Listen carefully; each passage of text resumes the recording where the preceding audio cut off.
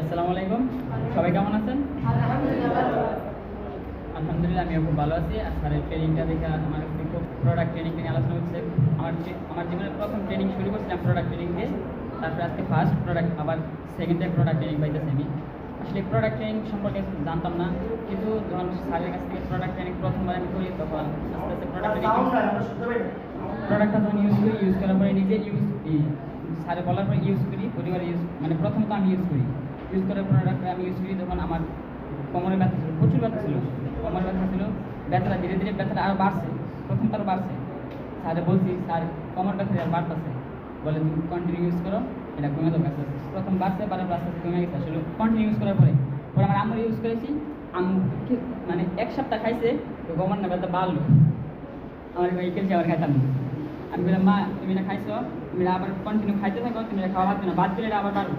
পরে মা কন্টিনিউ আবার খাইছে, খাওয়ার পরে এখন মোটামুটি একদম পুরোপুরি সুস্থ হয়ে গেছে আমার মা, ইনশাল্লাহ। সবাই দোয়া করবেন, এবং আমার মা প্রতিনিয়ত প্রোডাক্ট, আমাদের টেন্স প্রোডাক্ট প্রতিনিয়ত ইউজ করতেছে। সবাই দোয়া করবেন, ইনশাল্লাহ। সবাই কেমন আছেন?